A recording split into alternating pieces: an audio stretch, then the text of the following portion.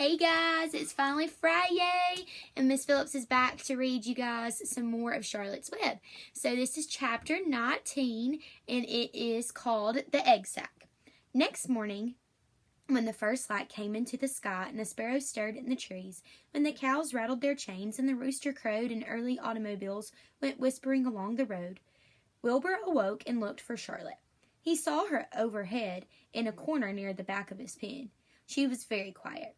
Her 8 legs were spread wide. She seemed to have shrunk during the night. Next to her, attached to the ceiling, Wilbur saw a curious object. It was a sort of sack or cocoon.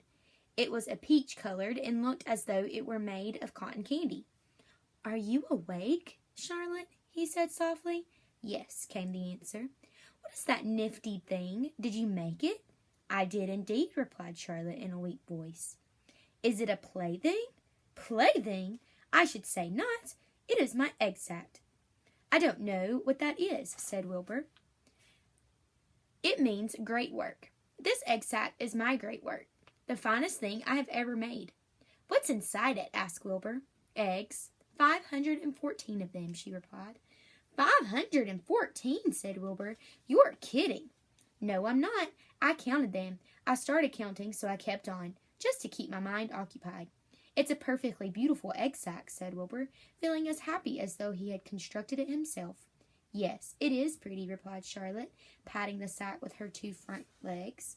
"Anyway, I can guarantee that it is strong. It's made out of the toughest material I have. It is also waterproof. The eggs are inside and will be warm and dry." There is a picture of the egg sack. "Charlotte," said Wilbur dreamily, "are you really going to have 514 children?" "If nothing happens, yes," she said. "Of course, they won't show up till next spring." Wilbur noticed that Charlotte's voice sounded sad. "What makes you sound so downhearted? I should think you'd be terribly happy about this." "Oh, don't pay any attention to me," said Charlotte. "I just don't have much pep anymore, I guess. I feel sad because I won't ever see my children." "What do you mean you won't see your children?" "Of course you will. We'll all see them. It's going to be simply wonderful next spring in the barn cellar with 514 baby spiders running around all over the place. And the geese will have a new set of goslings and the sheep will have their new lambs." "Maybe," said Charlotte quietly. "However, I have a feeling that I'm not going to see the results of last night's efforts. I don't feel good at all. I think I'm languishing, to tell you the truth." Wilbur didn't understand the word languish, and he hated to bother Charlotte by asking her to explain, but he was so worried he felt he had to ask. "What does languishing mean?"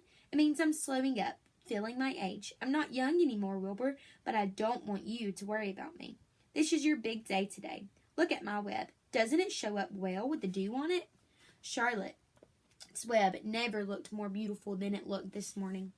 Each strand held dozens of bright drops of early morning dew. The light from the east struck it and made it all plain and clear. It was a perfect piece of designing and building. In another hour or two, a steady stream of people would pass by admiring it and reading it and looking at Wilbur and marveling at the miracle. As Wilbur was studying the web, a pair of whiskers and a sharp face appeared. Slowly, Templeton dragged himself across the pen and threw himself down in a corner. "I'm back," he said in a husky voice. "What a night!" The rat was swollen to twice his normal size. His stomach was as big around as a jelly jar. "Oh, it looks like Templeton may have been eating lots of snacks." "What a night," he repeated hoarsely. "What feasting and carousing, a real gorge. I must have eaten the remains of 30 lunches. Never have I seen such leavings, and everything well ripened and seasoned with the passage of time. And the heat of the day, oh, it was rich, my friends, rich." "You ought to be ashamed of yourself," said Charlotte in disgust. "It would serve you right if you had an acute attack of indigestion." "Don't worry about my stomach," snarled Templeton. "It can handle anything. And by the way, I've got some bad news. As I came past that pig next door, the one that calls him Uncle, I noticed a blue tag on the front of his pen. That means he was won first prize. I guess you're licked, Wilbur. You might as well relax. Nobody is going to hang any medal on you. Furthermore, I wouldn't be surprised if Zuckerman changes his mind about you.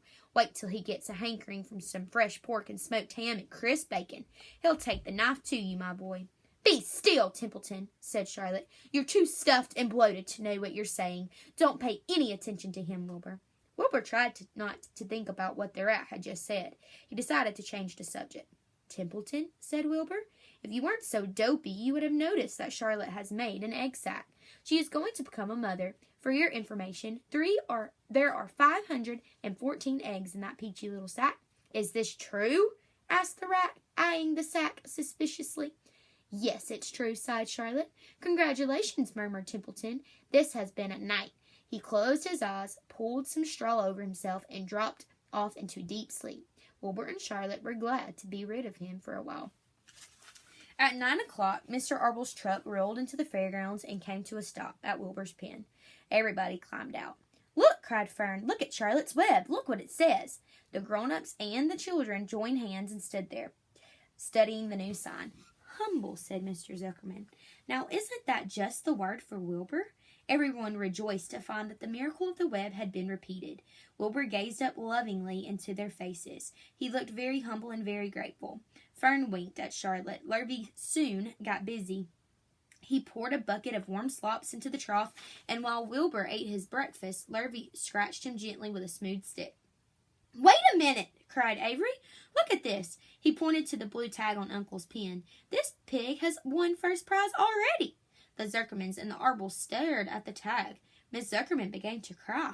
Nobody said a word. They just stared at the tag. Then they stared at Uncle. Then they stared at the tag again. Lurvy took out an enormous handkerchief and blew his nose very loud, so loud, in fact, that the noise was heard by the stable boys over at the horse barn. Can I have some money? Asked Fern. I want to go out on the midway. You stay right where you are, said her mother. Tears came to Fern's eyes. What's everybody crying about? Asked Mr. Zuckerman. Let's get busy. Edith, bring the buttermilk. Miss Zuckerman wiped her eyes with her handkerchief. She went to the truck and came back with a gallon jar of buttermilk. Bath time, said Zuckerman cheerfully. He and Miss Zuckerman and Avery climbed into Wilbur's pen. Avery slowly poured buttermilk on Wilbur's head and back as it trickled down his sides and cheeks. Mr. and Miss Zuckerman rubbed it into his hair and skin. Passers-by stopped to watch. Pretty soon, quite a crowd had gathered. Wilbur grew beautifully white and smooth. The morning sun shone his pink ears. He isn't as big as that pig next door, remarked one bystander, but he's cleaner. That's what I like. So do I, said another man. He's humble, too, said a woman reading the sign on the web. Everybody who visited the pig pen had a good word to say about Wilbur. Everybody admired the web, and of course nobody noticed Charlotte. Suddenly, a voice was heard on the loudspeaker. Attention, please, it said. Will Mr. Homer Zuckerman bring his famous pig to the judge's booth in front of the grandstand? A special award will be made there in 20 minutes. Everyone is invited to attend. Crate your pig, please, Mr. Zuckerman, and report to the judge's booth promptly. For a moment after this announcement, the Arbels and the Zuckermans were unable to speak or move. Then Avery picked up a handful of straw and threw it high into the air and gave a loud yell. The straw fluttered down like confetti into Fern's hair. Mr. Zuckerman hugged Miss Zuckerman. Mr. Arbel kissed Miss Arbel. Avery kissed Wilbur. Lurvy shook hands with everybody. Fern hugged her mother. Avery hugged Fern. Miss Arbel hugged Miss Zuckerman. Up overhead in the shadows of the ceiling, Charlotte crouched unseen, her front legs encircling her egg sac. Her heart was not beating as strongly as usual, and she felt weary and old. But she was sure at last that she had saved Wilbur's life, and she felt peaceful and contented. We have no time to lose, shouted Mr. Zuckerman. Lurvy, help me with the crate. Can I have some money? Asked Fern. You wait, said Miss Arbel. Can't you see everybody is busy? Put that empty buttermilk jar into the truck, commanded Mr. Arbel. Avery grabbed the jar and rushed to the truck. Does my hair look all right? Asked Miss Zuckerman. Looks fine, snapped Mr. Zuckerman as he and Lurvy set the crate down in front of Wilbur. You didn't even look at my hair, said Miss Zuckerman. You're all right, Edith, said Miss Arbel. Just calm down. Keith Templeton, asleep in the straw, heard the commotion and woke. He didn't know exactly what was going on, but when he saw the men shoving Wilbur into the crate, he made up his mind to go along. He watched his chance, and when no one was looking, he crept into the crate and buried himself in the straw at the bottom. All ready, boys, cried Mr. Zuckerman. Let's go. He and Mr. Arbel and Lurvy and Avery grabbed the crate and boosted it over the side of the pen and up into the truck. Fern jumped aboard and sat on top of the crate. She still had straw in her hair and looked very pretty and excited. Mr. Arbel started the motor. Everyone climbed in, and off they drove to the judge's booth in front of the grandstand. As they passed the Ferris wheel, Fern gazed up and wished she were still there in the topmost car with Henry Fussy at her side. And on Monday, we will read the chapter 20, The Hour of Triumph. I wonder what that chapter will be about. I wonder if Wilbur will get an award. I guess we'll have to wait till over the weekend to see if Wilbur does get an award, if he doesn't get an award. But I hope everybody has an awesome weekend and that y'all get outside and get to play. And y'all let me know what you're doing. Drop a comment in the comment section if you want to talk to me. Bye, guys.